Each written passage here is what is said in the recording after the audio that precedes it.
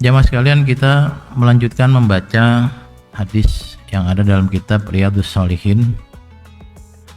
Babnya bab satri auratil muslimin wan nahyi an isya'atiha li ghairi darurah. Terjemahnya bab menutup aurat. Tapi sebenarnya bukan aurat yang Anda pahami sebagai bagian anggota tubuh ya. Tetapi aib. Aurat di sini aib. Karena begini, aurat itu secara kebahasaan itu sesuatu yang bikin malu kalau terlihat. Misalnya Anda pakai baju, Anda jalan biasa saja. Tapi kalau Anda nggak pakai baju, jalan ada malu. Anda pakai celana, ya normal biasa. Nih buat yang laki-laki tentunya ya. Tiba-tiba celana Anda sobek di bagian belakang, Anda malu. Maka Anda refleks akan menutup bagian-bagian yang menurut Anda malu kalau sampai dilihat orang. Kalau muka kok nggak ditutup? Karena bukan aurat. Dan Anda nggak malu muka Anda nggak ketutup itu dilihat orang. Itu secara kebahasaan, aurat itu sesuatu yang ketika terlihat orang lain kita akan malu. Tapi ada beberapa orang Pak, banyak malah kayaknya yang ketika auratnya terbuka dia nggak malu. Itu sudah keluar dari kepatutan dan kenormalan. Tetap ada orang-orang yang berpikirnya sangat progresif, sangat maju ke depan sehingga lupa kalau dia manusia.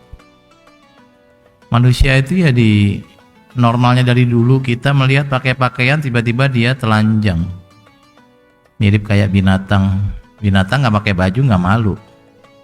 Manusia nggak pakai baju tidak malu, mirip. Ini jangan tersinggung ya kalau Anda kemudian merasa saya juga sering telanjang Pak. Tapi kan telanjang kita bukan di hadapan orang lain. Mungkin Anda lagi mandi dan seterusnya. Baik, maka aurat itu seperti itu, sesuatu yang malu nampak dilihat orang lain, maka harus ditutup. Dalam konteks ini kita tidak membicarakan anggota tubuh, tetapi membicarakan aib. Karena aib itu kalau ketahuan orang kita malu.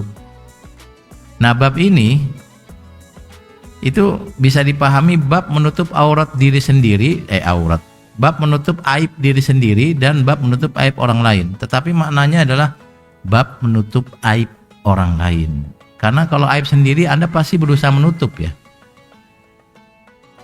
Jadi nggak usah disuruh Nabi, Anda pasti menutup aib sendiri. Tapi Nabi harus menyuruh Anda, mengingatkan Anda untuk menutup aib orang lain. Karena rasanya enak gibah itu gitu misalnya ya. Asik gibah itu. Tapi kan gibah menyakiti orang. Nabi melarang gibah, melarang membuka aib orang. Ini untuk kemanaan bab saja ya. Tadi kan babnya satru auratil muslimin.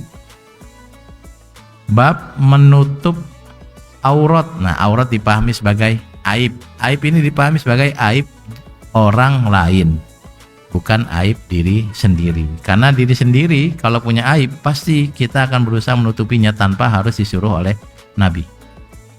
Lalu ada tambahan wan nahyi an isya'atiha li ghairi daruratin. Larangan menyebarluaskan aib orang lain tanpa ada alasan darurat, bukan alasan sepele. Karena alasan bisa Anda bikin dan kadang-kadang alasannya dibuat-buat atau alasannya masuk akal tapi sepele. Nah, itu masih belum boleh. Yang boleh itu kalau alasannya darurat, alasannya sangat kuat. Karena nanti ada beberapa momentum Anda harus membuka aib orang. Bahkan hukumnya wajib. Contohnya di pengadilan. Ada seorang terdakwa ya. Dituduh melakukan suatu keburukan dan Anda menjadi saksi. Anda tahu dia melakukan keburukan itu dan keburukan adalah aib. Lalu kemudian hakim mempersilahkan Anda menjadi saksi, Anda disumpah dulu bahwa Anda hanya mengatakan yang benar dan hanya yang benar. Ditanya sama hakim, saudara saksi Anda kenal dengan terdakwa? Kenal, yang mulia. Baik, Anda bisa ceritakan keburukan yang dia lakukan? Begini yang mulia, saya sebenarnya pengen cerita tapi itu aib dan saya takut dosa. Terus gimana? saya akan diam saja. Lah kalau begitu nanti orang jahat nggak bisa dihukum. Karena saksinya tidak mau menyampaikan kebenaran.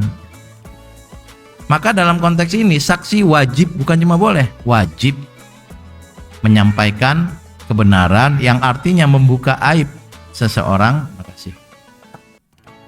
Membuka aib seseorang. Karena kalau tidak dilakukan, yang terjadi adalah orang jahat bebas dari hukuman, atau kebalikannya, orang baik malah yang dihukum, dan itu darurat.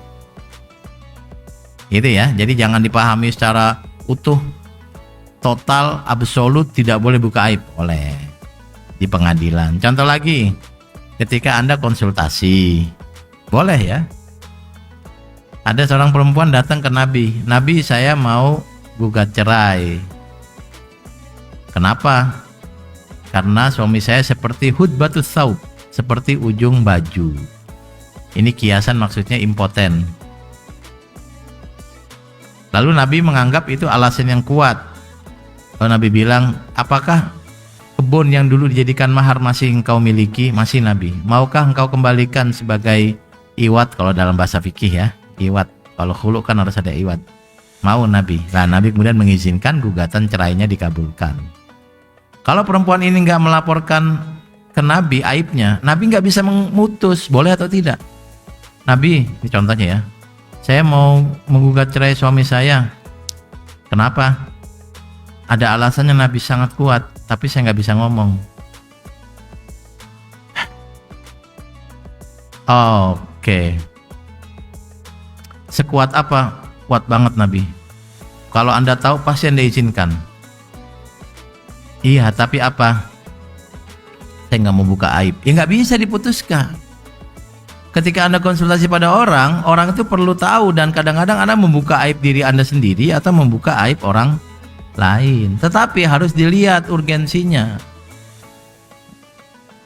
Bukan kemudian Anda tahu aib orang dibahas di grup WA, nah itu bukan maslahat, itu madorot ya. Atau cerita ke orang lain, teman Anda sambil makan mie goreng, mie instan, tahu nggak? Kenapa? Itu si Anu, tapi ini rahasia ya, jangan bilang orang, ini aib soalnya. Ya udah, boleh deh. Ternyata, nah kalau dulu ternyata tuh asik tuh ya. Ternyata si Anu harus gitu. Tapi janji jangan bilang orang. Iya, nggak bilang. Pulang ke rumah ketemu istrinya, Bu, tadi aku habis makan mie di situ, ketemu sama ini, ada berita baru, heboh banget deh. Apaan Pak? Rahasia sih Bu. Masa sama saya rahasia? Kita kan suami istri Pak. Tidak boleh ada rahasia di antara kita. Itu salah paham konsepnya itu ya. Tapi jangan bilang orang-orang. Iya, nggak bakal bilang kok. Janji. Padahal ini laki-laki baru bilang nggak bakal bilang orang-orang, malah dia bilang ke istrinya. Dia berharap istrinya akan memegang janji, padahal dia sendiri tidak memegang janji. Cerita lah, ternyata Bu, istrinya kaget. Betulan tuh Pak? Iya betulan. Wah, nggak nyangka ya. Mulai ada tambahan tuh kalau nggak nyangka tuh. Pantesan begini, nah, itu ada tambahan tuh. Sudah ada tambahan apa, ijtihad sendiri. Sang istri berusaha menjaga aib ini, menutupi, tapi pas lagi ngobrol tuh kan gini teman-teman. Dalam penelitian saya, orang kalau mau ngobrol itu tema dibahas cuma 14 menit. Setelah 14 menit ngalor ngidul gibah. Kalau Anda baik, gibahnya dikit. Kalau Anda normal, gibahnya 50%. Kalau Anda biang kerok, emang niatnya gibah dari awal juga. 14 menit itu adalah mukaddimahnya. Pengantar. At-tamhid. Ini yang ngaji santri-santri, jadi pakai istilah-istilah pesantren nggak apa-apa ya. Ceritalah ke ibu-ibu yang lain. Ini kan biasa ibu-ibu tuh grupnya banyak ya. Misalnya ada grup khusus warga komplek. Nanti warga komplek itu ada grup lagi khusus yang ngurusin posyandu. Nanti ada grup lagi khusus pengurus posyandunya. Nah itu ceritalah pada pengurus posyandunya. Cerita di grup WA. Tetapi salah posting di grup warga. Teman-teman sekalian, aib itu ditutupi. Karena nanti bikin orang malu, bikin orang terpukul, ada maslahat yang hilang, bahkan madarat yang muncul. Lagi-lagi bab ini tidak menyuruh Anda menutup aib sendiri. Makanya bab satrul auratil muslimin diganti menjadi bab menutup aib orang lain. Karena Anda pasti akan menutup aib Anda. Tetapi orang lain itu yang perlu ditutupi aibnya. Sebab ketika aibnya terbuka, Anda nggak rugi. Anda nggak dapat untung, cuma orang lain yang dapat rugi, gitu kira-kira.